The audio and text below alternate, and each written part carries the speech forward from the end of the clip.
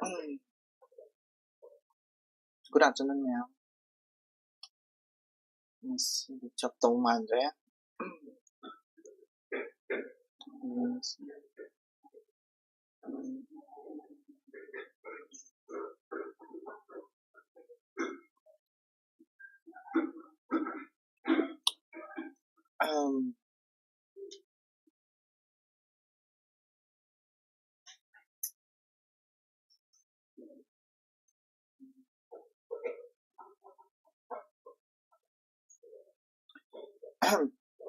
Ngasi kanoze kangsawada salosalase ko kangsawada gi wari last ki sarga taret suba sarga do losalase sum laknarani ma'am aduga parashe hours ko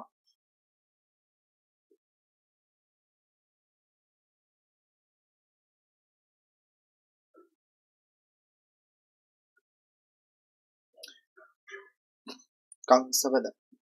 ta na basana na kita mai na ta da bi le ram duita okay kangsawada da koi mamang da taruk suba sarga da tawrido ꯑꯩꯈꯣꯏꯒꯤ ꯀꯪꯁꯅ ꯃꯊꯨꯔꯥꯗ ꯂꯥꯛꯄ ꯃꯇꯝꯗ ꯃꯥꯅ ꯃꯤ ꯃꯌꯥꯝ ꯑꯃ ꯊꯦꯡꯅꯩꯗꯅꯀꯣ ꯃꯤ ꯃꯌꯥꯝ ꯑꯃ ꯊꯦꯡꯅꯔꯒ ꯃꯤꯁꯤꯡꯗꯨꯒ ꯋꯥꯔꯤ ꯋꯥꯇꯥꯏ ꯁꯥꯟꯅꯕ ꯀꯩꯅꯣ ꯇꯧꯕ ꯑꯗꯒꯤ ꯑꯗꯨꯏ ꯃꯇꯨꯡꯗꯒꯤ ꯁꯥꯃꯨ ꯍꯥꯠꯄ ꯌꯧꯈ꯭ꯔꯦ ꯁꯥꯃꯨ ꯍꯥꯠꯂꯒ ꯑꯗꯒꯤ ꯑꯃꯨꯛ ꯑꯩꯈꯣꯏꯒꯤ ꯀꯩ ꯍꯥꯏꯅꯤ ꯃꯂꯌꯨꯗ ꯍꯥꯏꯗꯤ ꯔꯦꯁꯂꯤꯡ ꯁꯥꯟꯅꯕ ꯔꯦꯁꯂꯤꯡ ꯉꯝꯕ ꯈꯣꯠꯄ ꯂꯣꯏ ꯇꯧꯈ꯭ꯔꯦ ꯀꯣ ꯑꯗꯨꯗꯨꯒ ꯍꯧꯖꯤꯛ ꯂꯥꯛꯇꯣꯏꯁꯦ ꯇꯔꯦꯠ ꯁꯨꯕ ꯁꯔꯒ ꯀꯣ ꯇꯔꯦꯠ ꯁꯨꯕ ꯁꯔꯒꯁꯦ ꯁꯤꯗꯗꯤ ꯑꯩꯈꯣꯏꯒꯤ ꯀꯩꯅꯣꯁꯦ ꯂꯥꯛꯑꯅꯤꯕ ꯃꯥꯒꯤ ꯃꯔꯨꯑꯣꯏꯕ ꯍꯥꯏꯗꯤ ꯀꯪꯁ ꯍꯥꯠꯄꯒꯤ ꯀꯩꯅꯣꯁꯦ ꯂꯥꯛꯑꯅꯤꯕꯀꯣ ꯑꯗꯨꯗ ꯌꯦꯡꯁꯤ ꯀꯪꯁꯁꯦ ꯀꯃꯥꯏꯅ ꯍꯥꯠꯀꯦꯗꯣ ꯀꯣ ꯁꯔꯒ ꯇꯔꯨꯛ ꯁꯨꯕ ꯂꯣꯏꯈ꯭ꯔꯦ ꯁꯔꯒ ꯇꯔꯦꯠ ꯁꯨꯕ ꯇꯧꯔꯁꯤ ꯁꯔꯒ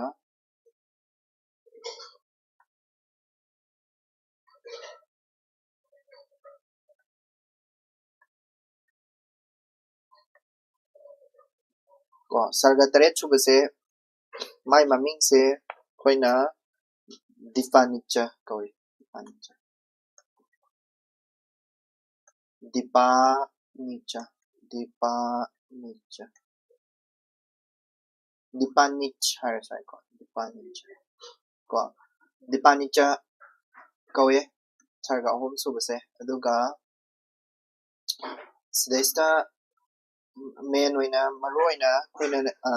ꯅꯩꯅꯔꯛꯀꯗꯣꯏꯁꯦ ꯀꯪꯁꯒ ꯀꯩꯅꯣꯒ ꯂꯥꯟ ꯊꯦꯡꯅꯕ ꯀ꯭ꯔꯤꯁꯅꯒ ꯂꯥꯟ ꯊꯦꯡꯅꯕ ꯀꯣ ꯐꯨꯗꯅꯕ ꯑꯗꯨꯒ ꯑꯗꯨ ꯇꯧꯗ꯭ꯔꯤꯉꯩꯗ ꯀ꯭ꯔꯤꯁꯅꯒ ꯃꯥꯒꯤ ꯃꯄꯥꯒ ꯎꯅꯕꯒꯤ ꯃꯇꯥꯡ ꯑꯃꯁꯨ ꯌꯥꯎꯔꯛꯀꯅꯤꯀꯣ ꯑꯗꯨꯒꯤ ꯎꯅꯕꯒꯤ ꯃꯇꯥꯡꯗꯨꯁꯨ ꯑꯗꯣ ꯍꯧꯔꯁꯤꯀꯣ ꯍꯥꯏꯗꯤ ꯀꯔꯤ ꯃꯥꯏ ꯋꯥꯔꯤꯗꯣ ꯑꯩ ꯁ꯭ꯇꯣꯔꯤꯗꯣ ꯍꯥꯏꯐꯦꯠ ꯂꯤꯔꯛꯀꯦꯕ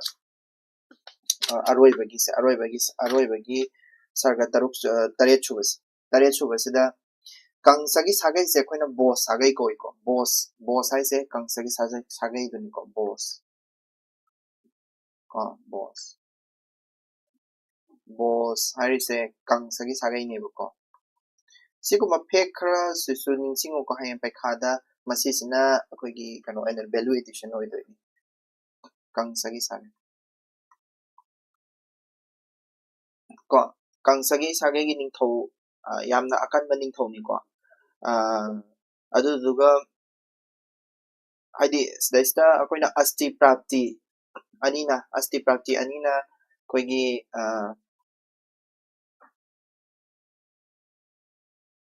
ꯀꯣ ꯃꯄꯨꯔꯣꯏꯕ ꯅꯨꯡꯁꯤꯕꯁꯦ ꯍꯥꯏꯗꯤ ꯀꯪꯁꯕꯨ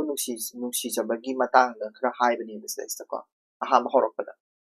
ꯀꯔꯤ ꯀꯪꯁꯁꯦ ꯃꯥꯒꯤ ꯅꯨꯄꯤ ꯑꯅꯤ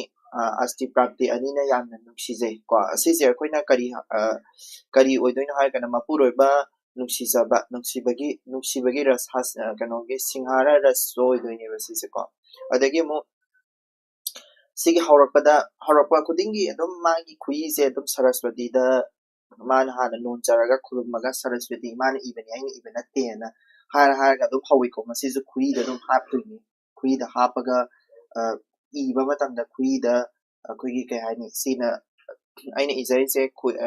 ꯁꯔꯁꯋꯇꯤ ꯏꯃꯥꯅ ꯏꯕꯅꯤꯀꯣ ꯍꯥꯏꯅ ꯍꯥꯏꯔꯒ ꯏꯕ ꯍꯧꯗꯣꯏꯅꯦꯕꯀꯣ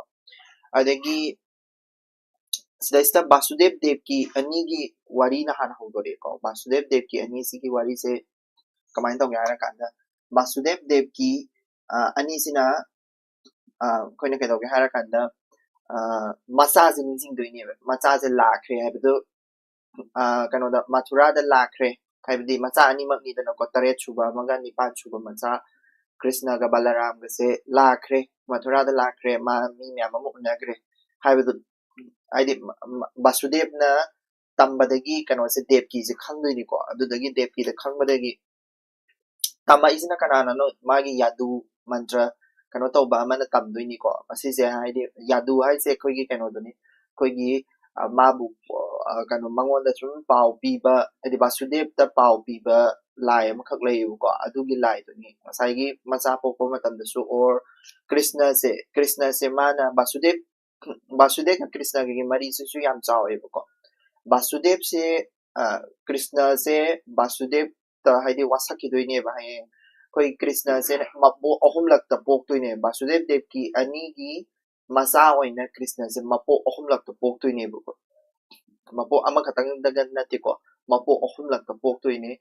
na koi gi Basudev Dev ki macha oina haibadi yuk ahum da ko aduga Krishna pokasina aroiba oidoineba haidi mapo aroiba oidoineba Krishna sida adudaga mapo ahum lakta pokani haina mana wa haidi Krishna na wasakani adu mapo ahum lakta dum poktoini ko masa haidi Basudev Devki macha oina adumaina ngangna giba adagi adumaina haina giba adumaina wasakiba Krishna na ama leigiba gi Basudev Devki macha oina polakpani ko gyan tai ko aduduna kai haini akhoi pokpa aidi kano tau taragadi koina question da hangak taragadi adu baso haibe ai ko ado mabani no wadi sane ziki Devki ga kana ga Basudev ka sin kano da aidi kashum sang manung da wari sane ko masa do lakre hai kangsana hatpi gitare ko masa mama papa mana masa ga da makta waba ko adugi rasa masulai mama masana mama mapa na macha gi dum tababa rasibo koina bachelya ras kawe ko basigi bachelya ras ke example amani ko saisa Basudev Devki ani se Devki se maruina Devki se kappe kapni adi as I cha do la kani hai adu duga kainu to ibo adi as isa do happy gitare kangsa kang isa do pi ibni hai tasembagi di ko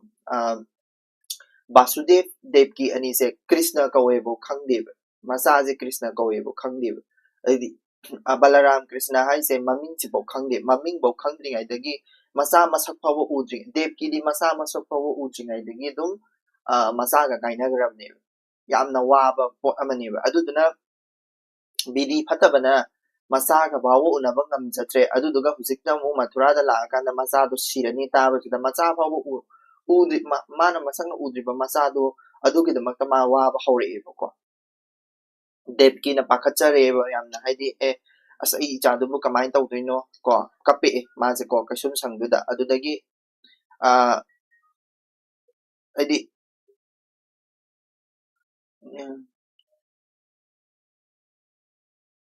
adagi Basudev su ningching eba Basudev na kadawe macha nipan chu ba macha se kadawba mana kano mada hapaga Yamuna turel lala kanda go kano gi nandagi imungda thilluidana adu thinba matamsida adugi wari ama ningching eba wari se kamaino kare mangamai tawa wari no hara kana masida palakpani ko mana pu matamsida kano se adi Krishna se tagi bini sinde Yamuna turel ko tagimne adu taraga kamai tawge hara kana masa matanda haugalaaga masa matanda Krishna se haugalaaga Krishna sina tagra matungda ko Krishna se haugalaaga kada ai iruzarubane haraga Basudev ta mung sanga pagi wari mata musumana ningsingi aduga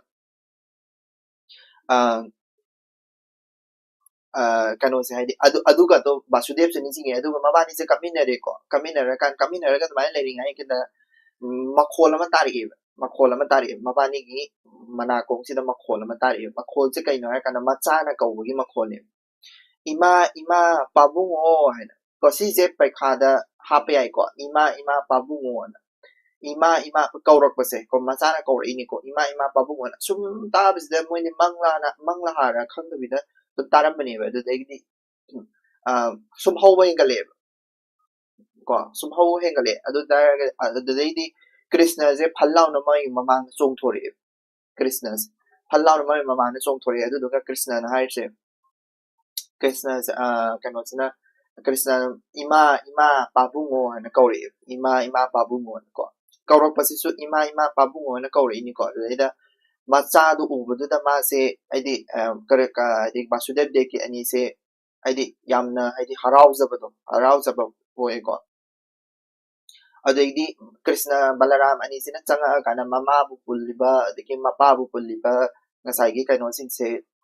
loina thadat kre ko aidi yoling kari kara yoling thang ba korpa kari kara ma loi thadat kre aduga mama masa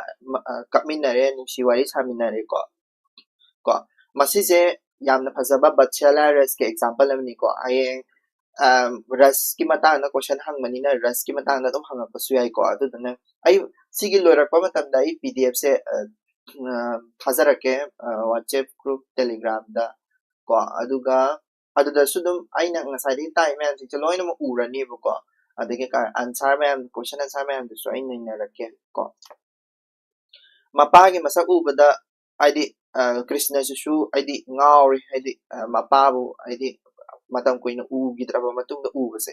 adege kano devki di masa masak amfabu uzadrimni ko aha bu unabnina mabani se aidi pumen pawmen adana leiringai sida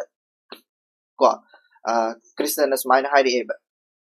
ko ipa pokpagi aidi mama pa ima ipa ani do akoina kano da nandagi imungda leijarabasu nandagi imungdo saujarabasu ima ipa bu sungkau kau balaite haina basudev devki ani da haye ko basudev devki ani da haye bu smaina aina sungkau kau balaite ima ipa bu haye adudaida basudev devki ani se haidi kai haini mama pa odigi mahi yale khanjabado khangda ade mama pa moina yokpa natragasu nandagi mungna yokragasu krishna balaram ani pokpagi mahi yale kan khanjabado adudagi krishna balaram ani na seba ga tawdana adagi mama pa ani do seba tawdana tawdudagi khoigi aidi awaba pumba kawgibado ko nga tangi ko aduna adumaina tawe adagi aidi kangsa laktoini ko sidaisa kangsa se saura laktoini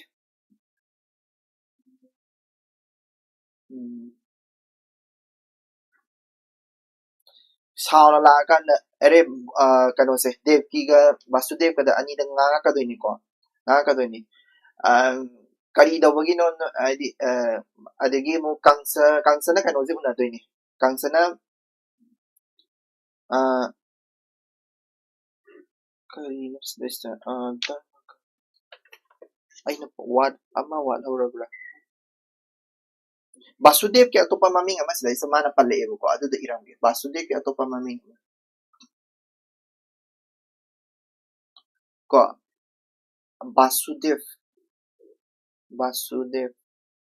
Basudev ki atopa maming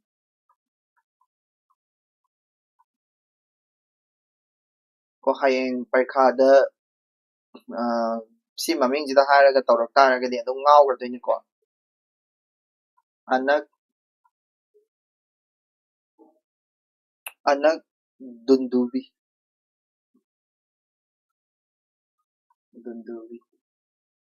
kainoda ida taragadi maitai mektagumbा नत्रगा bengalida I taragadi muksumu phagada me spelling je adubu haipet adum smain ninjingo ko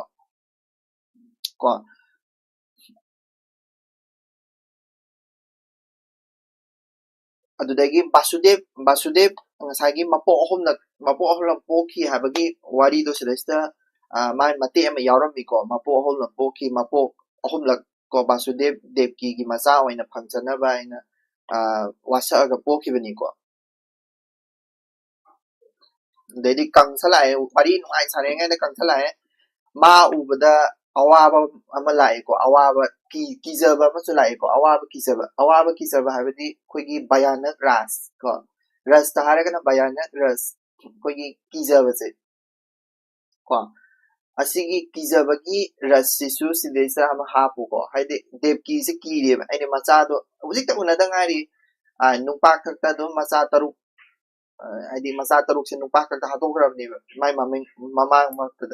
do masa ani adi nipan chubaga tare chubaga tusu mai manakta laksaba matamjida hat khadra na pakhat pado masa taru mamang dasu hat khredana aduduna adumaina hat khidra na kangsalak basna pakhat chabado aduduni ko adagi ka pahore ko basude dev kise adudedi krishna balaram ani sina mama kem waru nu khulu nu themsan bidini aduduga mama papa adi krishna balaram na momo noga kangsana harapa waji taduni ko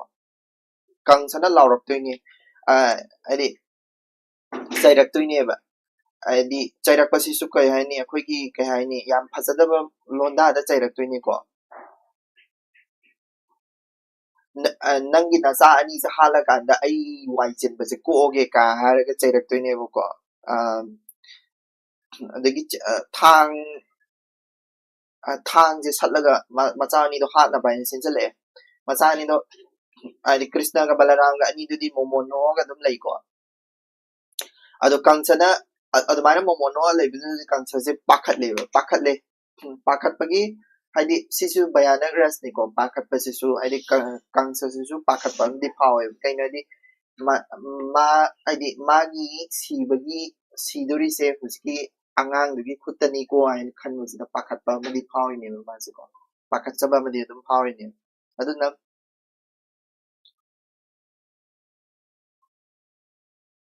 adedidi krishna ga kanu kangsa ga wari sana bai matang su yawe sida ko yongi nakta tharage ka haiba adegi nang dum oina thage ka haina ba adugi matang yam yawe aduga kangsana ko krishna se adugi matang du kangsana krishna se mabu hat ka do mi ni haiba se adu da khatang khange ba atai matam da khangde asi sumju khangjalu ko atai matam da di ma masak chu ude kangsa ga krishna ga adu na ahan bo oi to ne ba thingna ba adi nipan chuba macha je kanano haibse krishna ni haibse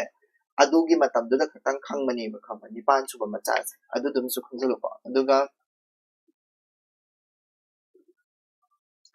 balaram balaram su leirame na adudaida balaram su leirame na china naw ani ma leirame aduduna nabani ma hatlage ko adudaida krishna na sumaina theme ba kangsada ngai kho araga sumaina theme hadi ai marini ko aigidi mamani nangse aduduna ai nang afaba lambida khongdara o ko sumaina tawganu phattaba lambida chatkinu afaba lambida khongdara o adu ai marini bani se aduduna nang afaba lambida la o haibase haijayebo ko mana selesta magi mana haibase ko haipe parake minum sigi laijana thamoi adu thomaba ason ana jiba sembi khotpi tawduna ko sije kangsagi character da yaudaba ka party duni ko aduna kangsagi character analysis haren ai haipe pathorakani aduda sudum yaurokani basise khonjen lamjai thongchal urong khinduna dharma lingba nangna makok oyu aigi ipa ima se nangi na sen na channi makhoi ni bu otlaga nangi kari oijaba na sen bu ot kanu asa afaba lambida la o aduduga ibani aidi nangbu hatpiroi ge sine ba haise ko hatpiroi ge haise kangsa ja amoyana sogalak toine ba aduduga lan thingnare mabani lan thingna ba se se yam phasaba birras ki habdi birras habdi yamna khoigi kai haini kano courageous oibagi ko ras ama khak yawe ba sigi courageous oibagi ras sisu sigi sa hapchalakaduni ko lan thengna doini amaga ngamnaroi doini ba ngamnaroi daba sida lan se layam na su yeng doini layam sisu kina doini adu kangsagi character sida ai besina pot ama ka hapchale ba kari pot hapchala kya kan yam thongna phabas habidi khoigi kai haini u ai madu magi mirtu shor oidoini haina laiba mabu hatkani haina laiba mi do mana kiba tawdabida chongjallaga thang yanadana adegi lan sonadana tawrido yamna haidi phajaba yam courageous oiba amani hana ayibasina saithayebako adusu ada adudaidi fudana kwesida lamba amana ama henadreko henadabase sumai taweba henadabasida kuigi kedoge harakanida krishna sina masidi yaroina mana sakpham amu oleba adugi sakphamdo ko adugi sakphamdo aduduni haraktuise ko adugi sakphamdo ai iramge sidaista ahamada mase krishna na olakpa sakpham haitare ko krishna na fudana ba matamdo olakta ni ko krishna na olakpa sakpham ko ahamada mase put mange put manga amadom to thokani adi krishna ji sam chani mu ka tholakpi ko krishna mayam amu tholaga kangsagi akoi bisa krishna mayam am tholakpo ko amuk mang amuk thoka tawba ko aduduga la samana kari harige harakanda makhut mari pan ba narayangi muti ka ole muti ka ko srishti sanghar haina makhut mari pan ba srishti sanghar ko narayan sisi mamang su yawgram ni ko haidi makhut mari pan ba muraina ba ko kulay srishti sanghar narayan gi muti se ole masi ole yam chawi ko yam chawno ole ko yam chawno ola kanda krishna je aduda su kire kibam phawre ko uba matamda haidi sangsar se pura muthatlage habigi type ta olakpagi type ta taweba ko kangsado kibam yawre ko adudagidi adu kiraga su kangsa se chongjanba lepte thang baraga chongjanba lepte thang baraga chongjanni adagi phudatnaba su lepte khamra adu leptabda ayibasigi magi mod ama tunganba ama phongdore kari mod harakanda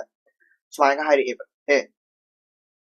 ayibasina commentary gi type ko sise ayibasigi magi commentary gi type ta iba potse magi wakhan gi oiba pot khara phongdorok pase masise ayi masise su hapu ko hayen pakhade iba matamda mai masagi oiba mod khara phongdore haibidi as pamuida ka haidini ko mana mase kana krishna ga kangsaga phudatna base yengbai type ta ko as pamuida kangsa je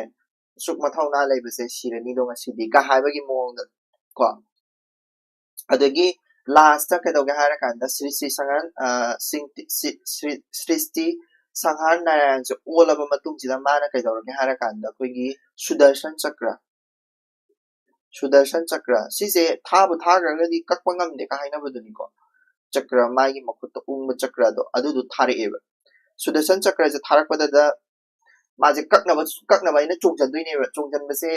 kangsana chongjandoine ko thang salaga thang je adu thang du su kakthappigidoine ko sudarshan chakra sina aduga mangak to leibak makhara thada doine ko aduda kangsa je sire adudaida kangsa badagi wari loislaktore ko ai bena kangsa sibagi je nungai to phongdoe karigino haragadi magi thauna leiba adu leiba mayam adu do mangibado aidi ningthau oinadi yamna masi kaino haini thauna leiba ko mingchat urong khinba maron tara marida mana mabaga lamba pabina ba mi leitaba kanone ba character amakhakne ba tawbadabu mangre kang magi phattaba lawsing oiba adegi phattaba thabak yam tawrakpado aduduna maram oraka mase sigre adugi character analysis ta hapakani ko ai character analysis to ai sila pdf ta nainara ki ngakang ngaigo kang samako kakre adudagi ai bana adudaida wakhan warido wabado adudo tali ebo komana ko adugi lai mayam kumlaga mase di magi kano kai haini lai mayam kumlaga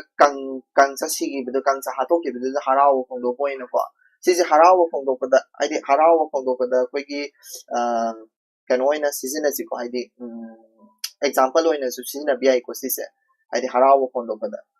koigi hasya script type ko adu krishna sida lai parengo pupi dana khotana tawdoine ba ko layam sina kumdara akanda kai ꯍꯥꯏꯗꯤ ꯀꯪꯁꯠꯁꯦ ꯍꯥꯠꯄꯤꯈꯤꯕꯒꯤꯀꯣ ꯃꯣꯏ ꯃꯌꯥꯝꯒꯤ ꯑꯋꯥꯕ ꯀꯣꯛꯍꯟꯕꯤꯕꯒꯤ ꯑꯗꯒꯤ ꯎꯒ꯭ꯔꯁꯦꯟꯁꯦ ꯁꯤꯗꯩꯁꯤꯗ ꯌꯦꯡꯉꯣ ꯌꯥꯝ ꯉꯛꯄ ꯑꯃꯁꯨ ꯌꯥꯎꯋꯦꯕꯀꯣ ꯎꯒ꯭ꯔꯁꯦꯟꯁꯨ ꯊꯣꯛꯂꯛꯇꯣꯏꯅꯦꯕ ꯎꯒ꯭ꯔꯁꯦꯟꯁꯨ ꯊꯣꯛꯂꯛꯑꯒ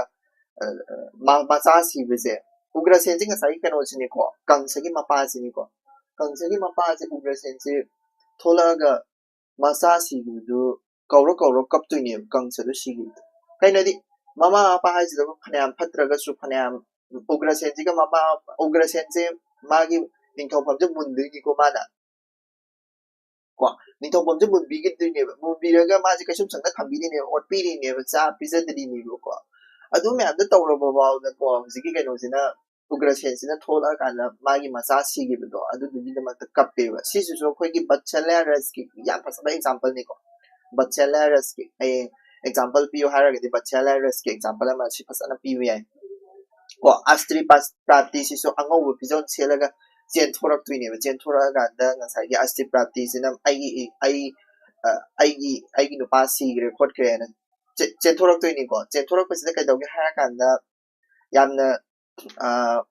कनो मतंग चारि सिनिसु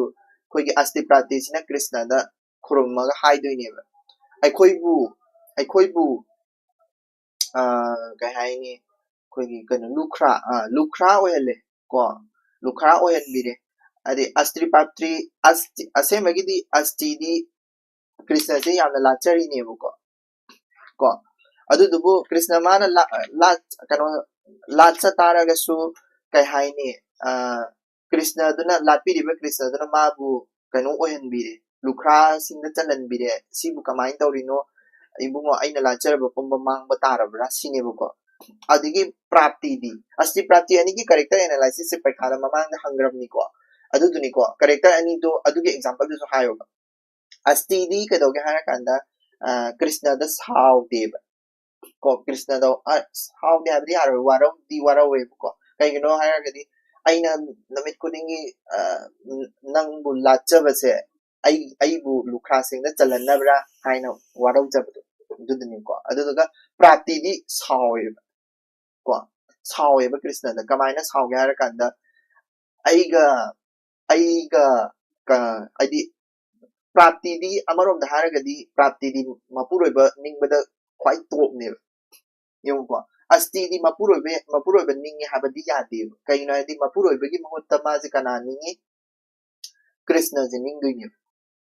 को अदुगा प्राप्ति दी कदौगे हारा कांदा मपुरोइबा निंगबगी मपुरोइबसे फगरा फरोइरा मपुरोइबसेना पूरा ईश्वरनी कृष्ण हाबम लैते अदु हाबम लैते कनाम लैते को हरि हाबम लैते को कनोसे प्राप्ति सिदी कनोसे खतने कंस से खतने माने निजेरिसे अदुदैदा कंस से अदुमाने मंगोदा निंगे कृष्ण दे निंगे कंस दा दुम निंगल ले हाना कलक्तना को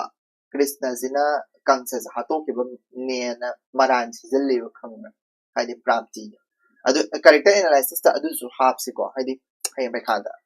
हंगक तारगदि कैरेक्टर एनालिसिस ता असि प्राप्ति अनि की कैरेक्टर खेनबदो दुददा को हरिना पाखुम पिरिएबको अनि दुन माना कप्पगा थोलकपदुदा पाखुम पिरे हरिना कृष्णना को वारो वागनु अदुगी दबक्तदी अदु अराकुबा आइदि फत्तबा माहनबनी को धर्म अधर्म लेनबदो धर्म न मोचिनगिबनी कृष्ण प्राप्ति कृष्णना प्राप्ति अष्टि प्राप्ति अनि दो कोंखलगा को मागी गोपी सिंह चलनग्रे को को अदुगा मा अष्टि प्राप्ति अनि द नारायण की आइदि माने मागी असेंग मसक्तो उत्पीरेबा माना को उत्पीरे अदुगा आदि अवाब पुमुको अनबीरेबा को अदुगा कहाइनी आरान खुबम फंगनग्रे हाय तारे को अष्टि प्राप्ति अनि दो आराम खुबम फंगनग्रे अष्टि प्राप्ति अनि दो वाखन वारमबदो फगरे को वाखन वारमबदो फगरे अदुगा सिदैसने याम फत्तवा मका कैरेक्टर कोइ सि वारी द यारमनि को सती गिदो अदुदो यावेबा अष्टि प्राप्ति अनि से सिदैसा सती गी टाइप ता सीबा खंबा मैनुंग जोंजला सीब सिसि काय हाइदुनो खंगदे सती असे मने अयाम फबा नुपी अनि नि हाइना हाइनिंगिरादि खंगद्रेबको अदो अतोप्पा वारी अइना कृष्ण गा कनोगे की पावा वारी दनिको यावदेबा सिसे दुगा ꯍꯥꯏꯗꯤ ꯁꯤꯒꯤ ꯀꯪꯁꯕꯗꯗꯤ ꯌꯥꯎꯋꯦꯕ ꯍꯥꯏꯗꯤ ꯑꯁꯤ ꯄ꯭ꯔꯥꯞꯇꯤ ꯑꯅꯤꯁꯦ ꯃꯅꯨꯡꯗ ꯆꯣꯡꯖꯜꯂ ꯁꯤꯕꯒꯤ ꯇꯥꯏꯞꯇ ꯄꯨꯟꯅ ꯀꯪꯁꯒ ꯄꯨꯟꯅ ꯁꯤꯃꯤꯟꯅꯕꯒꯤ ꯇꯥꯏꯞꯇ ꯑꯃ ꯌꯥꯎꯋꯦꯕ ꯁꯤꯗꯩꯁꯤꯗꯀꯣ ꯍꯥꯏꯕꯗꯤ ꯍꯣꯔꯦꯟ ꯃꯥꯁꯦ ꯀꯩꯅꯣ ꯌꯃꯨꯅꯥ ꯇꯨꯔꯦꯜ ꯃꯄꯥꯟꯗ ꯃꯣꯏꯁꯦ ꯀꯪꯁꯁꯦ ꯄꯣꯂꯣꯏꯅꯦꯕꯀꯣ ꯀꯪꯁꯁꯦ ꯄꯣꯂꯣꯏꯕ ꯃꯇꯝꯁꯤꯗ ꯂꯣꯏ ꯁꯨꯅꯕ ꯌꯥꯎꯗꯣꯏꯅꯤ ꯍꯥꯏꯗꯤ ꯀꯪꯁ ꯄꯣꯂꯣꯏꯕꯗ ꯃꯤ ꯁꯤꯗꯩꯁꯤꯗ ꯌꯥꯝꯅ ꯗꯤꯁꯀ꯭ꯔꯤꯞꯁꯟ ꯑꯃꯁꯨ ꯐꯖꯅ ꯄꯤꯀꯣ ꯍꯥꯏꯗꯤ ꯃꯤ ꯄꯣꯂꯣꯏꯕꯒꯤꯁꯦ ꯁꯤꯒꯤ ꯗꯤꯁꯀ꯭ꯔꯤꯞꯁꯟ ꯍꯥꯏꯗꯤ ꯄꯣꯠ ꯆꯩ ꯀꯔꯤ ꯀꯔꯤ ꯆꯪꯕ ꯑꯗꯨ ꯆꯪꯕ ꯂꯥꯏ ꯌꯥꯝ ꯂꯥꯛꯑꯒ ꯈꯨꯔꯨꯝꯕ ꯈꯣꯠꯂꯝꯕ ꯑꯗꯨꯒꯨꯝꯕ ꯃꯌꯥꯝꯗꯨꯁꯨ ꯂꯣꯏ ꯄꯜꯂꯦꯕ ꯁꯤꯗꯩꯁꯤꯁꯨꯀꯣ ꯍꯥꯏꯗꯤ ꯑꯗꯣ ꯑꯗꯨꯗꯩꯗ ꯌꯩꯒ ꯐꯖꯅ ꯇꯧꯋꯦꯕꯀꯣ ꯇꯨꯔꯦꯜ ꯃꯄꯥꯟꯁꯤꯗ ꯃꯩꯒ ꯊꯥꯗꯨꯅ ꯌꯩꯒ ꯐꯖꯅ ꯇꯧꯋꯦ ꯂꯩ ꯄꯔꯦꯡꯅ ꯀꯣꯏꯁꯜꯂꯒ ꯈꯣꯠꯂꯒ ꯇꯧꯕꯗꯣ ꯑꯗꯨ ꯌꯥꯎꯋꯦꯕꯀꯣ ꯑꯗꯨꯗꯩꯗ ꯑꯩꯅ ꯌꯥꯝꯅ ꯉꯛꯏꯁꯦ ꯉꯁꯥꯏꯒꯤ ꯑꯁꯇꯤ ꯄ꯭ꯔꯥꯞꯇꯤ ꯑꯅꯤꯗꯣ ꯅꯥꯀꯟꯗ ꯀꯪꯁꯒꯤ ꯗꯦꯠ ꯕꯣꯗꯤꯒꯤ ꯅꯥꯀꯟ ꯑꯅꯤꯗ ꯂꯩꯌꯦꯕ ꯑꯗꯨꯅ ꯇꯥꯛꯄꯗꯤ ꯁꯇꯤꯒꯤ ꯄꯣꯠꯁꯤꯃ ꯌꯥꯎꯁꯨ ꯌꯥꯎꯋꯦꯕ ꯁꯤꯗꯁꯨ ꯍꯥꯏꯌꯦꯕꯀꯣ ꯁꯇꯤ ꯑꯁꯦꯡꯕꯅꯦꯅ ꯍꯥꯏꯌꯦꯕ ꯑꯁꯇꯤ ꯄ꯭ꯔꯥꯞꯇꯤ ꯑꯅꯤꯁꯦ ꯄꯨꯔꯥ ꯀꯩꯅꯣ ꯑꯃꯅꯤꯀꯣ ꯍꯥꯏꯗꯤ ꯑꯗꯨꯒꯨꯝꯕ ꯋꯥꯔꯤꯗꯣ ꯌꯥꯎꯕꯗꯒꯤꯅꯦꯕ ꯍꯧꯖꯤꯛ ꯁꯇꯤꯒꯤ ꯄꯣꯠ ꯑꯃ ꯍꯧꯖꯤꯛꯄꯨꯗꯤ ꯇꯧꯅꯗ꯭ꯔꯦ ꯕꯠ ꯍꯥꯟꯅ ꯊꯥꯏꯅ ꯁꯇꯤꯒꯤ ꯄꯣꯠ ꯑꯃ ꯇꯧꯔꯝꯃꯤꯁꯦ ꯀꯣ ꯋꯥꯈꯜꯂꯣꯟꯗꯨꯕꯣꯁꯦ ꯀꯣ ꯑꯗꯨꯃꯥꯏꯅ ꯑꯁꯇꯤ ꯄ꯭ꯔꯥꯞꯇꯤ ꯑꯅꯤꯁꯦ ꯁꯇꯤ ꯑꯣꯏꯒꯤꯀꯣ ꯑꯗꯨꯗꯨꯃꯗꯤ ꯈꯪꯉꯣꯀꯣ ꯁꯇꯤ ꯑꯣꯏꯒꯤ ꯄꯨꯟꯅ ꯁꯤꯃꯤꯟꯅꯒꯤꯀꯣ ꯀꯪꯁꯒ ꯌꯩꯒ ꯇꯧꯕ ꯂꯣꯏꯔꯦ ꯀꯣ ꯌꯩꯕ ꯇꯧꯕꯒꯤ ꯃꯑꯣꯡ ꯂꯌꯥꯟ ꯂꯥꯛꯑꯒ ꯈꯨꯔꯨꯝꯕ ꯈꯣꯠꯄ ꯂꯣꯏꯅ ꯇꯧꯔꯦ ꯑꯗꯨꯗꯨꯒ ꯉꯁꯥꯏꯒꯤ ꯃꯩ ꯄꯣꯂꯣꯏꯕꯗꯣ ꯂꯣꯏꯔꯀꯥꯟꯗ ꯃꯩ ꯆꯥꯛꯄꯗꯣ ꯂꯣꯏꯔꯀꯥꯟꯗ ꯀꯩꯗꯧꯋꯦ ꯉꯁꯥꯏꯒꯤ ꯁꯪꯒꯣꯝ ꯍꯩꯖꯤꯜꯂꯒ ꯃꯩꯗꯣ ꯃꯨꯊꯠꯂꯦꯕꯀꯣ ꯑꯗꯨꯗꯨꯒ ꯐꯨꯔꯥ ꯑꯍꯨꯝ ꯁꯥꯏꯌꯦꯕ ꯐꯨꯔꯥ ꯑꯍꯨꯝ ꯁꯥꯕꯁꯤꯗꯁꯨ ꯍꯥꯏꯔꯛꯑꯦꯕ ꯉꯁꯥꯏꯒꯤ ꯑꯁꯇꯤꯅꯦ ꯄ꯭ꯔꯥꯞꯇꯤꯅꯦ ꯀꯪꯁꯅꯦ ꯃꯣꯏ ꯑꯍꯨꯝꯒꯤ ꯐꯨꯔꯥ ꯑꯍꯨꯝꯅꯦꯕ ꯁꯥꯔꯤꯗꯣ ꯉꯁꯥꯏꯒꯤ ꯍꯧꯖꯤꯛꯀꯤ ꯍꯥꯏꯔꯤꯕ ꯄꯣꯂꯣꯏꯐꯝꯗꯨꯒꯤ ꯃꯅꯥꯛꯇꯨꯗ ꯐꯨꯔꯥ ꯑꯍꯨꯝ ꯁꯥꯔꯦꯕꯀꯣ ꯑꯗꯨꯗꯨꯒ ꯊꯝꯃꯦꯕ ꯑꯗꯨꯒ ꯑꯩ ꯄꯣꯠ ꯑꯃ ꯀꯥꯎꯔꯦ ꯑꯩꯅ ꯍꯥꯏꯒꯦ ꯇꯧꯕ ꯑꯃ ꯉꯥꯏꯈꯣꯀꯣ ꯀꯪꯁꯒ ꯀ꯭ꯔꯤꯁꯅꯒ ꯐꯨꯗꯠꯅꯕꯝꯗꯣ ꯍꯥꯏꯗꯤ ꯃꯕꯥꯅꯤꯅ ꯂꯥꯟ ꯊꯦꯡꯅꯕꯗꯣ ꯀꯪꯁꯅ ꯀꯧꯊꯣꯛꯄꯅꯦꯕꯀꯣ ꯍꯥꯏꯗꯤ ꯀꯪꯁꯅ ꯅꯪ ꯂꯥꯛꯑꯣ ꯀ꯭ꯔꯤꯁꯅꯁꯤꯗ ꯑꯣꯄꯟ ꯆꯦꯂꯦꯟꯖ ꯀꯩꯅꯣꯗ ꯃꯐꯝ ꯑꯃꯗ ꯀꯧꯊꯣꯛꯄꯅꯤ ꯉꯥꯏꯈꯣꯀꯣ ꯑꯗꯨꯗꯨꯃꯒ ꯏꯔꯝꯒꯦ ꯑꯗꯨꯒꯤ ꯃꯐꯝꯗꯣ ꯌꯥꯝꯅ ꯍꯥꯏꯗꯤ ꯏꯝꯄꯣꯔꯇꯦꯟ ꯑꯣꯏꯀꯣ ꯍꯌꯦꯡ ꯏꯕ ꯃꯇꯝꯗ ꯑꯗꯨꯒꯨꯝꯕ ꯃꯐꯝ ꯀꯔꯤ ꯀꯔꯥꯒꯗꯣ ꯍꯥꯏꯗ꯭ꯔꯒꯗꯤ ꯌꯥꯔꯣꯏꯀꯣ ꯄꯩꯈꯥꯗ ꯏꯕꯗ ꯀꯣ ꯃꯂꯕꯨꯝ ꯍꯥꯏꯕ ꯃꯂꯕꯨꯝ ꯀꯪꯁꯒ ꯀ꯭ꯔꯤꯁꯅꯒ ꯐꯨꯗꯠꯅꯕꯅꯤ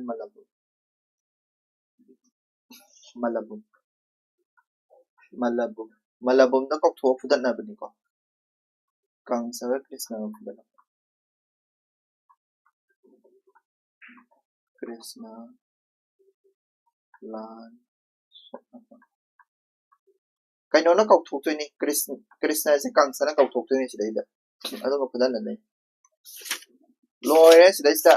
ꯋꯥꯔꯤ ꯂꯣꯏꯔꯦ ꯀꯪꯁꯕꯗ ꯂꯣꯏꯔꯦ ꯀꯣ ꯃꯥꯅꯁꯦ ꯑꯔꯣꯏꯕꯗ ꯁꯨꯃꯥꯏꯅ ꯍꯥꯏ ꯁꯝꯄꯨꯔꯅꯃꯤꯡꯗ ꯀꯪꯁꯕꯗ ꯀꯥꯕ꯭ꯌꯝ ꯍꯥꯏ ꯑꯔꯣꯏꯕꯗꯀꯣ ꯈ꯭ꯋꯥꯏ ꯂꯣꯏꯕꯗ ꯃꯥꯅ ꯍꯔꯤꯒꯤ ꯃꯤꯡꯁꯦ ꯃꯤꯈꯩꯁꯦ ꯌꯥꯝ ꯁꯣꯜꯂꯦꯕꯀꯣ ꯁꯤꯗꯩꯁꯤꯗ ꯍꯦꯗ ꯑꯗꯨ ꯍꯔꯤꯒꯤ ꯃꯤꯡꯁꯦ ꯁꯣꯜꯂꯒ ꯂꯣꯏꯁꯜꯂꯤꯀꯣ ꯑꯍꯧꯕꯗꯅ ꯁꯔꯁꯋꯇꯤꯒꯤ ꯃꯤꯡ ꯁꯣꯜꯂꯒ ꯀꯩꯗꯧꯕ ꯋꯥꯔꯤ ꯂꯤꯕ ꯍꯧꯕꯀꯣ ꯑꯗꯨꯒ ꯂꯣꯏꯔꯛꯄꯗꯅ ꯍꯔꯤꯒꯤ ꯃꯤꯡ ꯁꯣꯜꯂꯒ ꯂꯣꯏꯁꯜꯂꯤꯀꯣ ꯑꯁꯤꯁꯤꯃꯁꯨ ꯈꯪꯖꯜꯂꯣ ꯑꯩ ꯀꯃꯥꯏꯅ ꯃꯥꯒꯤ ꯈꯨꯏꯁꯦ ꯀꯃꯥꯏꯅ ꯇꯧꯋꯦ ꯍꯥꯏꯕꯗꯣ ꯑꯗꯨꯗꯁꯨ ꯁꯤꯁꯦ ꯍꯥꯏꯗꯣꯏꯅꯤꯀꯣ ꯑꯗꯨꯒ ꯗꯤꯄꯥꯅꯤꯆ ꯍꯥꯏꯔꯤꯕ ꯉꯁꯥꯏꯒꯤ ꯁ꯭ꯋꯔꯒ ꯍꯥꯏꯕꯗꯤ ꯆꯦꯞꯇꯔ ꯍꯥꯏꯕꯅꯤꯀꯣ ꯁ꯭ꯋꯔꯒ ꯆꯦꯞꯇꯔꯁꯦ ꯂꯣꯏꯔꯦ ꯂꯥꯁ ꯆꯦꯞꯇꯔꯅꯤꯀꯣ 8th ꯁꯨꯕ ꯆꯦꯞꯇꯔꯅꯤ ꯂꯣꯏꯔꯦ ꯁꯤꯗꯩꯁꯤꯗ ꯚꯤꯗꯤꯑꯣ ꯌꯥꯝ ꯁꯥꯡꯉꯦꯅ ꯃꯤꯅ ꯍꯥꯏꯔꯛꯄ ꯌꯥꯎꯋꯦ ꯑꯩꯗꯣ ꯚꯤꯗꯤꯑꯣꯗꯣ ꯑꯩ ꯑꯦꯛꯁꯄ꯭ꯂꯦꯟ ꯇꯧꯅꯤꯡꯗꯦ ꯕꯠ ꯇꯧꯕꯗꯕꯨ ꯇꯧꯗꯕ ꯌꯥꯗꯕꯅꯤ ꯀꯩꯅꯣ ꯍꯥꯏꯗꯤ ꯄꯥꯗꯕ ꯌꯥꯗꯕ ꯄꯣꯠꯅꯤ ꯁꯤꯃꯨꯛ ꯕꯣꯔꯤꯡ ꯆꯨꯕ ꯏꯐꯦꯛ ꯂꯩꯇꯦꯀꯣ ꯑꯩꯉꯣꯟꯗ ꯁꯤꯃꯨꯛ ꯕꯣꯔꯤꯡ ꯆꯨꯕ ꯏꯐꯦꯛ ꯂꯩꯇꯦ ꯍꯥꯏꯗꯤ ꯑꯩꯅ ꯃꯅꯤꯄꯨꯔꯤ ꯑꯣꯞꯁꯅꯦꯜꯒꯤ ꯃꯌꯥꯝ ꯄꯥꯔꯛꯄꯁꯤꯗ ꯁꯤꯃꯨꯛ ꯕꯣꯔꯤꯡ ꯆꯨꯕ ꯇꯣꯄꯤꯛ ꯂꯩꯇꯦ ꯁꯤꯃ ꯄꯥꯅ ꯍꯣꯠꯅꯕꯗ ꯊꯥ ꯑꯃꯨꯛ ꯍꯦꯟꯅ ꯆꯪꯉꯤ ꯀꯩꯅꯣ ꯍꯥꯏꯗꯤ ꯄꯥꯔ ꯎꯏꯔ ꯑꯗꯨꯝ ꯂꯩꯔꯝꯃꯦ ꯑꯗꯨꯗꯨꯅ ꯑꯗꯨꯕꯨ ꯁꯤ ꯅꯩꯅ ꯊꯣꯛꯈꯤꯕꯁꯤꯅ ꯀꯩꯗꯧꯒꯦ ꯍꯥꯏꯔꯀꯥꯟꯗ ꯑꯩ ꯏꯁꯥꯒꯤ ꯚꯤꯗꯤꯑꯣꯁꯦ ꯑꯩ ꯑꯗꯨꯝ ꯇꯥꯖꯩꯌꯦꯕꯀꯣ ꯑꯩꯅ ꯏꯁꯥꯅ ꯑꯗꯨꯝ ꯅꯥꯀꯣꯡꯁꯤꯗ ꯑꯗꯨꯝ ꯇꯥꯔꯒ ꯑꯩ ꯔꯤꯚꯤꯖꯟ ꯑꯣꯏꯖꯗꯣꯏꯅꯦꯕ ꯑꯗꯨꯗꯨꯅ ꯑꯁꯤꯃꯥꯏꯅ ꯑꯩ ꯄ꯭ꯔꯦꯛꯇꯤꯁ ꯇꯧꯖꯅꯕꯒꯤꯗꯃꯛꯇ ꯈꯜꯂꯒ ꯑꯩ ꯇꯧꯗꯕ ꯌꯥꯗꯦ ꯈꯜꯂꯒ ꯑꯗꯨꯝ ꯇꯧꯔꯛꯑꯕꯅꯦꯕꯀꯣ ꯇꯁꯦꯡꯕꯒꯤꯗꯤ ꯑꯩꯅ ꯅꯥꯀꯟꯗ ꯏꯊꯣꯛꯑꯒ ꯅꯠꯇ꯭ꯔꯒ ꯑꯩ ꯏꯁꯥꯒꯤ ꯑꯣꯏꯕ ꯅꯣꯠꯁ ꯁꯦꯝꯖꯕ ꯌꯥꯏ ꯕꯠ ꯇꯧꯕꯇꯕꯨ ꯀꯩ ꯍꯥꯏꯗꯣꯏꯅꯣ ꯈꯪꯗ꯭ꯔꯦ ꯁꯤ ꯑꯩ ꯑꯗꯨꯒ ꯑꯩ PDF ꯁꯦ ꯎꯠꯂꯛꯀꯦ ꯀꯅꯥꯅꯣ ꯀꯃꯦꯟ ꯄꯤꯔꯛꯏꯁꯦ ꯅꯦꯛꯁꯇ ꯀꯔꯤ ꯇꯣꯄꯤꯛ ꯅꯩꯅꯕꯤꯒꯗꯣꯏꯅꯣ ꯍꯥꯟꯅ ꯑꯃꯨꯛꯇ ꯇꯥꯛꯄꯤꯔꯝꯃꯣ ꯆꯥꯡ ꯅꯥꯏꯅ ꯌꯦꯡꯖꯒꯦ ꯑꯩꯁꯦ ꯄ꯭ꯔꯤꯂꯤꯝꯁ ꯅꯛꯁꯜꯂꯛꯑꯕꯅꯤꯅ ꯈꯔ ꯂꯦꯞꯄꯒꯦꯅ ꯈꯜꯂꯦꯕꯀꯣ ꯑꯗꯨꯗꯨꯅ ꯆꯥꯡ ꯅꯥꯏꯕꯗꯤ ꯑꯩ ꯉꯝꯃꯔꯣꯏ ꯀꯩꯅꯣ ꯍꯥꯏꯗꯤ ꯃꯣꯛ ꯇꯦꯁ ꯁꯦꯔꯤꯁ ꯑꯗꯨꯝ ꯊꯥꯔꯦ ꯍꯧꯖꯤꯛ ꯑꯗꯨꯗꯨꯅ ꯄꯣꯂꯤꯇꯤꯁꯨ ꯑꯩ ꯈꯔ ꯀꯟꯅ ꯄꯥꯔꯤ ꯑꯗꯨꯗꯨꯅ ꯚꯤꯗꯤꯑꯣꯁꯦ ꯑꯗꯒꯤ ꯁꯤꯁꯦꯒꯤ ꯀ꯭ꯂꯥꯁ ꯑꯃꯁꯨ ꯑꯗꯨꯝ ꯅꯨꯃꯤꯠ ꯈꯨꯗꯤꯡꯒꯤ ꯑꯩ ꯇꯧꯔꯤꯗꯅꯀꯣ ꯑꯗꯒꯤ ꯅ꯭ꯌꯨꯁꯄꯦꯄꯔꯁꯨ ꯑꯗꯨꯗꯨꯅ ꯃꯅꯤꯄꯨꯔꯤꯒꯤ ꯀ꯭ꯂꯥꯁꯁꯦ ꯍꯞꯇꯥ ꯃꯅꯨꯡꯗ ꯑꯃꯨꯛꯇꯪꯒ ꯇꯧꯔꯛꯀꯗ꯭ꯔꯥ ꯑꯩꯅ ꯉꯝ ꯇꯥꯔꯒꯗꯤ ꯑꯗꯨꯗꯒꯤ ꯍꯦꯟꯅꯗꯤ ꯑꯩ ꯉꯝꯗꯣꯏ ꯃꯥꯟꯗ꯭ꯔꯦ ꯑꯗꯨꯒ ꯑꯩ ꯀꯦꯔꯦꯛꯇꯔ ꯑꯦꯅꯥꯂꯥꯏꯁꯤꯁ ꯇꯧꯔꯛꯑꯒꯦ ꯑꯗꯨꯗꯨꯅ ꯑꯩ ꯍꯥꯏꯕ ꯉꯝꯗ꯭ꯔꯦ ꯗꯥꯏꯔꯦꯛ ꯑꯩ ꯁꯤ ꯃꯇꯝꯗ ꯇꯧꯅꯤ ꯍꯥꯏꯕꯗꯣ ꯑꯩ ꯍꯥꯏꯕ ꯉꯝꯗ꯭ꯔꯦ ꯁꯣꯔꯤ ꯑꯗꯨꯒ ꯀꯩ ꯍꯥꯏꯅꯤ ꯑꯩ ꯑꯗꯨꯝ ꯋꯥꯆꯦꯞ ꯒ꯭ꯔꯨꯞꯇ ꯑꯗꯨꯝ ꯌꯥꯎꯕꯤꯌꯣ ꯑꯗꯨꯗꯨꯒ ꯅꯣꯠꯁ ꯄꯥꯝꯃꯒꯗꯤ ꯍꯥꯏꯕꯤꯔꯛꯑꯣ ꯑꯗꯨꯝ ꯑꯩ ꯅꯣꯠꯁꯇꯤ ꯄꯤꯔꯛꯀꯦꯕꯀꯣ ꯇꯥꯛꯄ ꯉꯝꯗ꯭ꯔꯒꯁꯨ ꯑꯗꯨꯒ ꯅꯩꯅꯁꯤ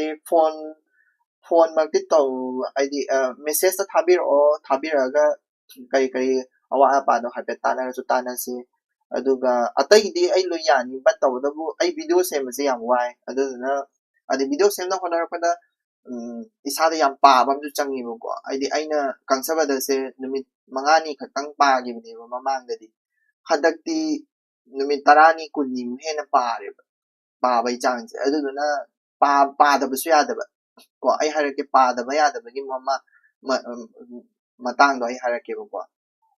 ꯁꯤꯗꯩꯁꯤꯗ ꯑꯩ ꯁꯤꯒꯤ PDF ꯁꯦ ꯎꯠꯆꯔꯛꯀꯦꯀꯣ ꯃꯌꯥꯝ PDF ꯁꯦ ꯎꯠꯆꯔꯛꯀꯦ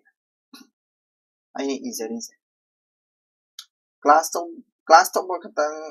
ꯅꯠꯇꯦꯀꯣ ꯑꯩ ꯀ꯭ꯂꯥꯁ ꯇꯧꯕꯁꯦ ꯁꯣꯏꯗꯅꯕꯒꯤꯁꯨ ꯑꯩ ꯍꯣꯠꯅꯖꯩꯕꯀꯣ ꯑꯗꯨꯗꯨꯅ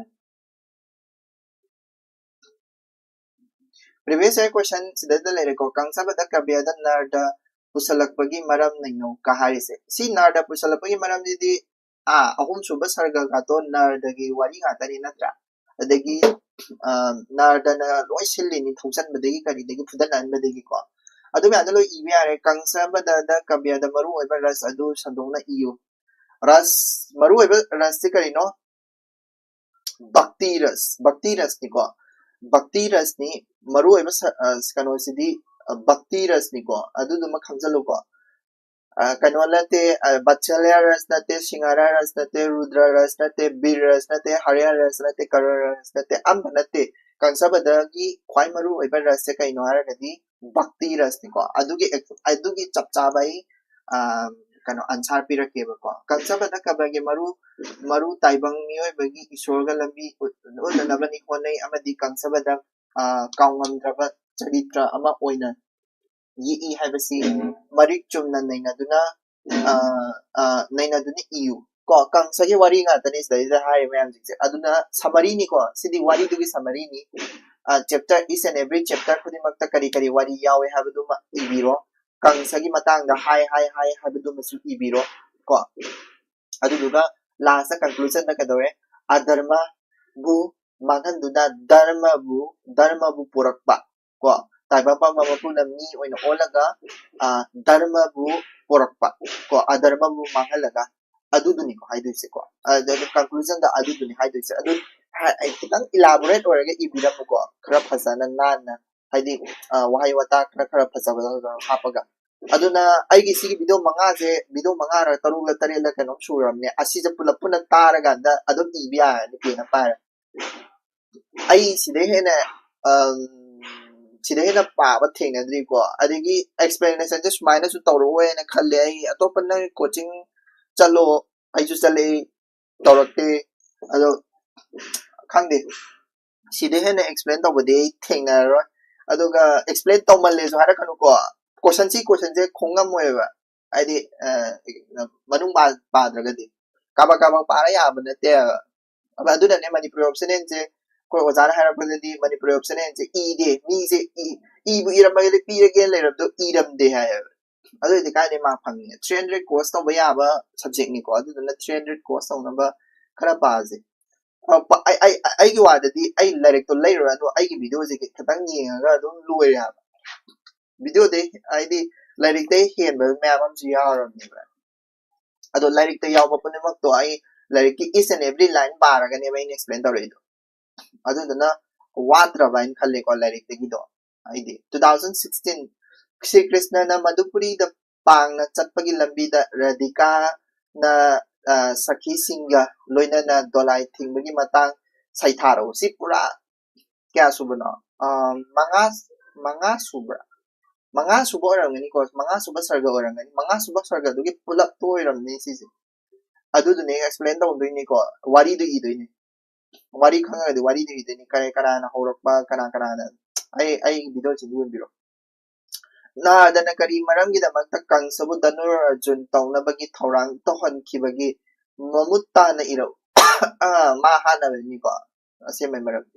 ahum suba sarga mari suba sarga pabiro adum gyan tar kangsabu dada kabyada kabyada kangsagi taloi asti amasung prapti gi lamchatta uba phangniba khetnaba masak adu talo yam thi khenagre ko astina phai prapti na phatte lore do explanation wari do taraga dum gyan ta ni ko sis explanation ain tawdrasu yare khale adagi kari wahaudagi kangsana mapa amasung matonbu kaisum sangda thamjil duna awaba piribano ningthaupham munnabagi damaktani ko aduduga moigi sagai gi nupa makhai ningthau orakadaba ningthau orakpa yaba nupa makhai loi hatokpa mani makhong ningthina piduna pakum piyu si pakum pige haragadi sarga number 2 taro aigi video da ko sarga number 2 gi du taro sarga number 2 tara kana khangani ko aduduga mahadeva ga kanu udabai matang do adudu fasana taw sarga number 2 da Arambam Darendrajit Kangsabada Kabyada Sizinaribo Haiwata Lon Amasung Kudi Kupongdo ki matang na sandong iro sise ay sila ito ula gani ko PDF sida ula ni Kangsabada Kabya asida Kangsabu mataw karam na Krishna na landi kibagi haibada iro last ki sarga ay nujing na sinay na riba sarga se sise guwari sa pasana iro Kangsabada Kabya da yaw Sanskriti ani itin na pamgi masak yauribadu mapung phana khudamga loinana naino si na kwai luba question oiko 2024 gi question se Sanskriti ani gi habidi kaino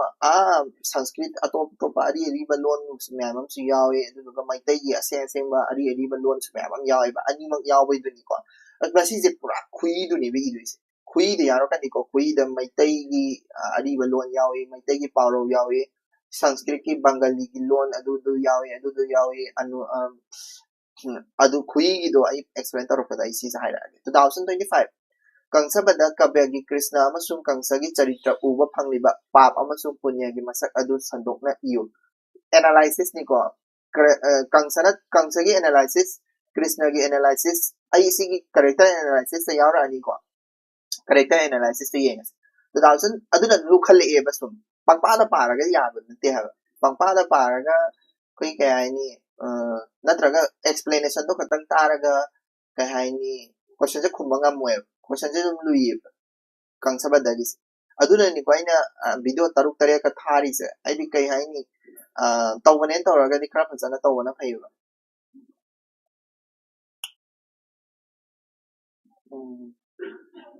Arambam Drendra se sai kuntra tare katang hingi ko ma se mane iramba lai khara se dai ni ire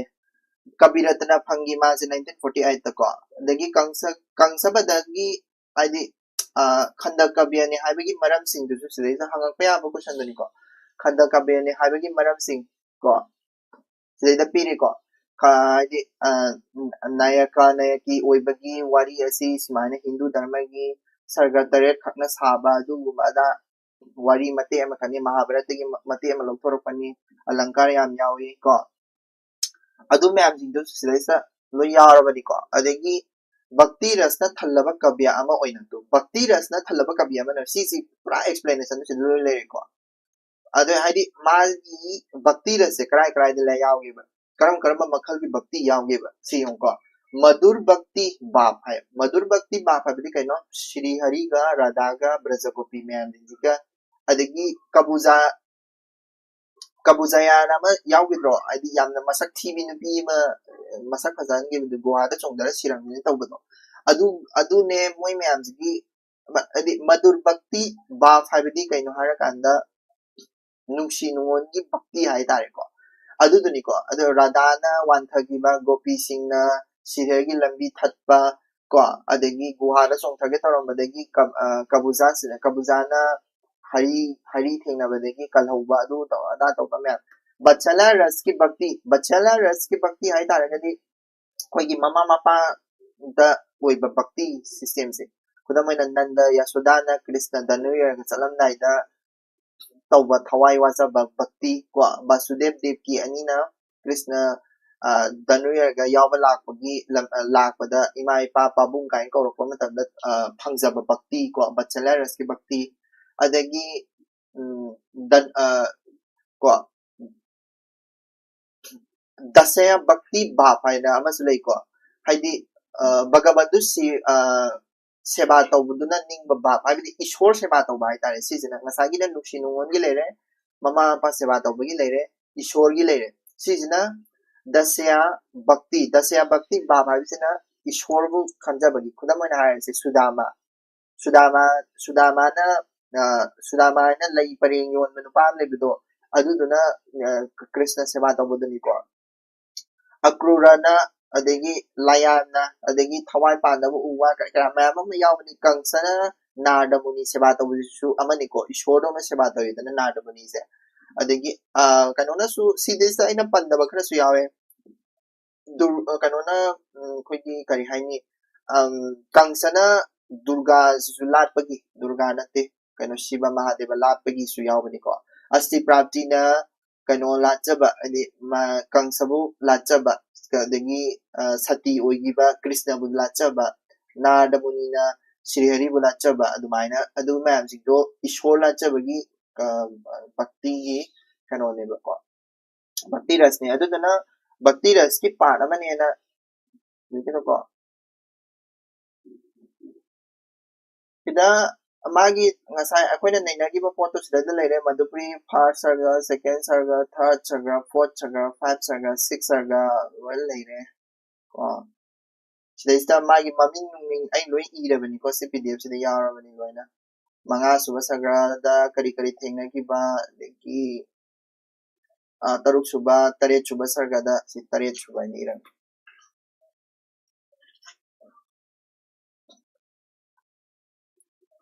taret suba sarga ko taret suba sarga aduga the lawyer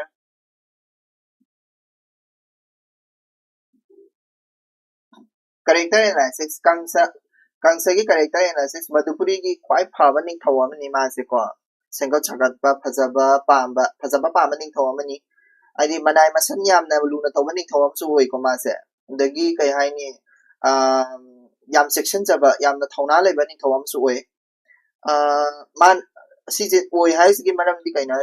da mana khulai sangi yeng ba thoi da na ba khulai sangi yeng ba thoi ba ning thau sibu koige aidi sala ne amna thawani thawdi oidoi ni natra ko adu doma khangmiro yare adagi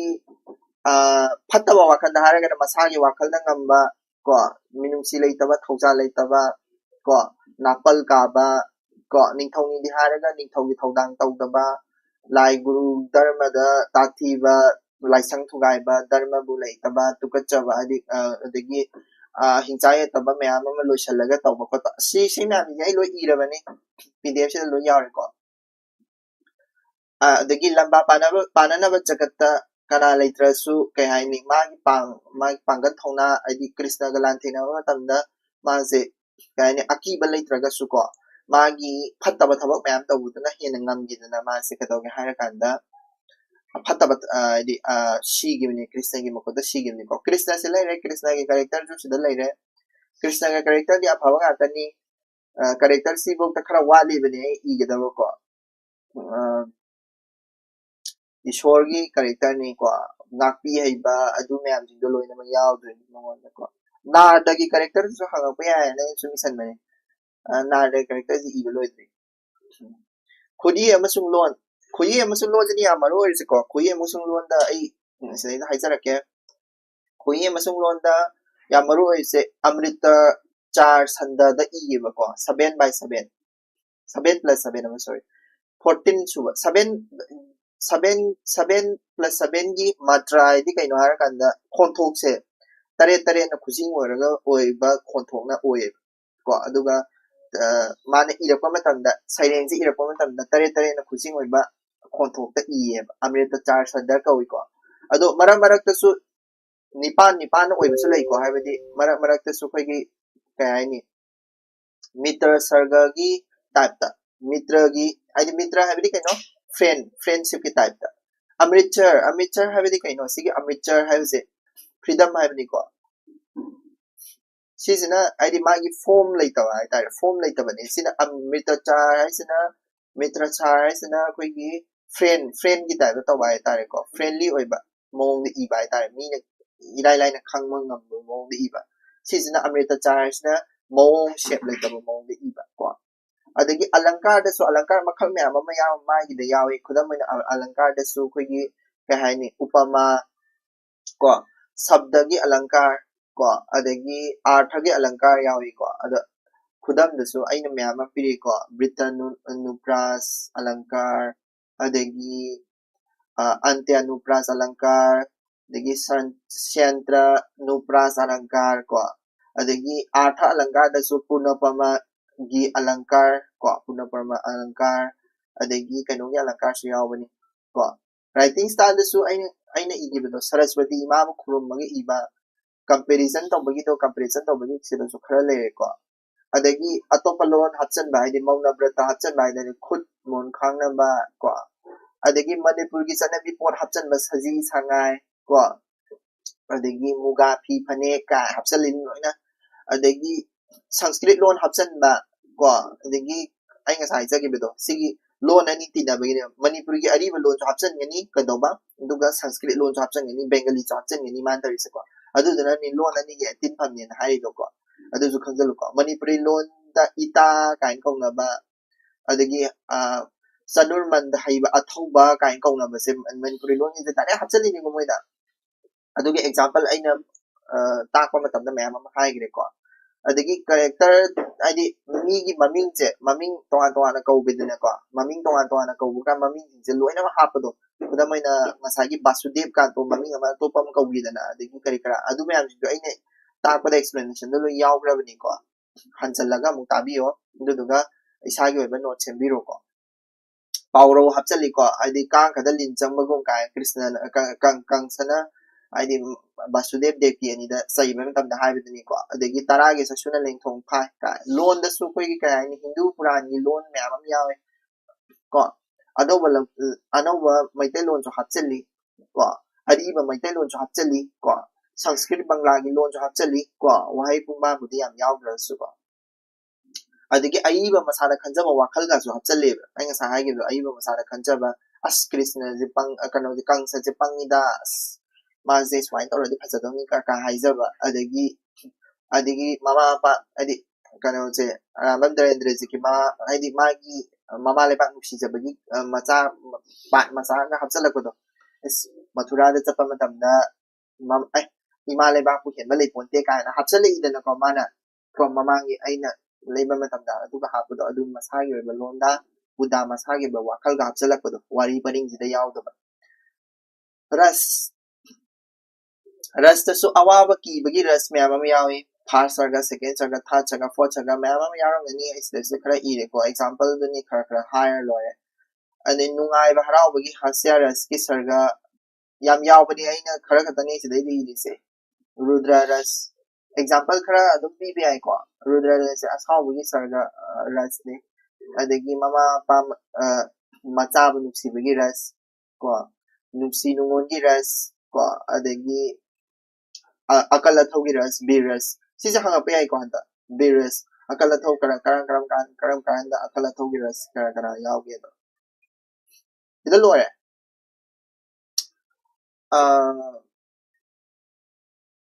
ꯀꯔꯤ ꯀꯔꯤ ꯍꯪꯕ ꯂꯩꯔꯤ ꯁꯤꯗꯩꯗ ꯂꯣꯏꯔꯦ